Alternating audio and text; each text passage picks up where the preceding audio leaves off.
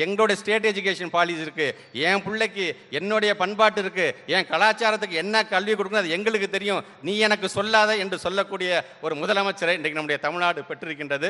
7.5% 7.5 கோடி ரூபாய் நிலத்தை தந்திருக்கின்ற பூர்ணம அம்மாள் வரைக்கும் இன்றைக்கு கொண்டாடக்கூடிய ஒரு தமிழ்நாடு அரசு தான் நம்முடைய அரசு என்கின்ற பெருமை நம் ஒவ்வொருவருக்குமே உண்டு. தாழ்த்தப்பட்ட சமுதாயத்தை சார்ந்தவனா 10ஆம் வகுப்பு தேர்வுக்கு ஒன்று கட்டணம் ஃப்ரீ, நீ போய் எழுது அப்படின்னு சொன்னதாக இருந்தாலும் சரி, தமிழ் வழியிலேயே கல்வி படிச்சா கவலைப்படாத, அரசு உத்தியோகத்தில் உனக்கு 20% உனக்கு நான் தரேன் என்று தந்தவர் முத்தமிழர் கலைஞர் அவர்கள். ஆக இதே போன்றுதான், அதே போன்று நீதி கட்சி காலத்திலிருந்து இப்படி தொடர்ந்து நம்முடைய இனத்தை, நம்முடைய மொழியை இன்றைக்கு தூக்கி பிடிக்கக்கூடிய ஒரு இயக்கமாக நீதி கட்சியிலிருந்து இன்றைக்கு திராவிட முன்னேற்ற கழகம் வரைக்கும் நாம் வந்திருக்கிறதுக்கு என்று சொன்னால் அதுதான் நாம் இருக்கின்ற இந்த இயக்கத்தில் நாம் இருக்கின்றோம் என்கின்ற அந்த பெருமை.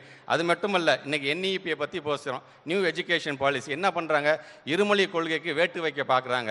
பிள்ளைங்களுக்கு எப்படி ராஜாஜி காலத்து அந்த குலக்கல்வி என்று கொண்டு வர முடியும், கொண்டு வர போகிறோம், ஒரு உத்தேசம் இருக்குது என்று சொன்ன பொழுது தந்தை பெரியார், பேரறிஞர் அண்ணா, முத்தமிழர் கலைஞர் இவங்கெல்லாம் சேர்ந்து ஒரு ஆர்ப்பாட்டம் செஞ்சதுக்கு அதை எப்படி கைவிட்டார்களோ அதே போன்ற ஒரு வழியில் தான் இன்றைக்கு NEP என்கின்ற வகையில் அதையும் கொண்டு வருவதற்கான அந்த பணியில் அவங்க ஈடுபட்டு இருக்காங்க.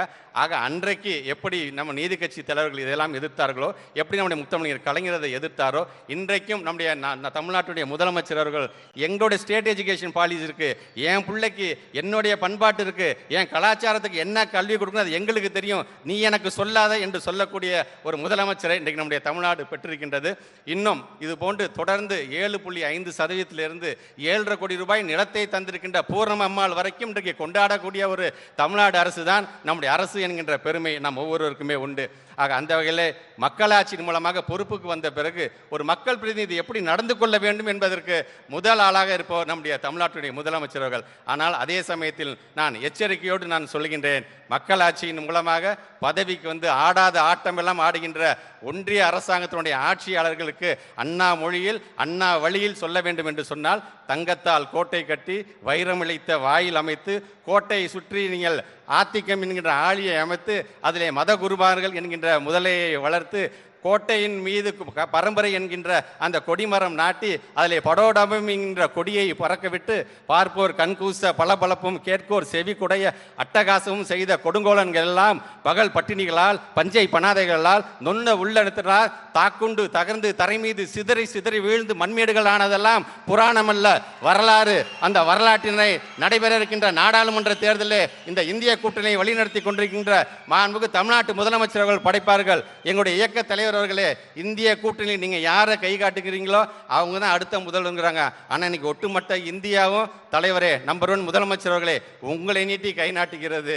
அப்படி வாய்ப்பு வந்தால் தயவு செய்து தட்ட வேண்டாம், அதையும் ஒரு கை பார்ப்போம். ஒட்டுமொத்த உலக அரங்கில் நம்முடைய இந்தியாவை முதல் இடத்துக்கு கொண்டு வருவதற்கு நாம் போராடுவோம். அப்படி நீங்கள் போகும்பொழுது இங்கே நீங்கள் வகுத்து தந்த அந்த பாதை, இங்கே நீங்கள் வகுத்து தந்த திட்டம் மூலமாக அதை அடுத்த கட்டத்துக்கு கொண்டு செல்வதற்கு எங்களது மாநாட்டினுடைய தலைவர், இளைஞரணி செயலாளர், மாண்புமிகு அமைச்சர் உதயநிதி ஸ்டாலின் இருக்கின்றார் என்கின்ற அந்த நம்பிக்கை எங்களுக்கு என்றைக்குமே உண்டு.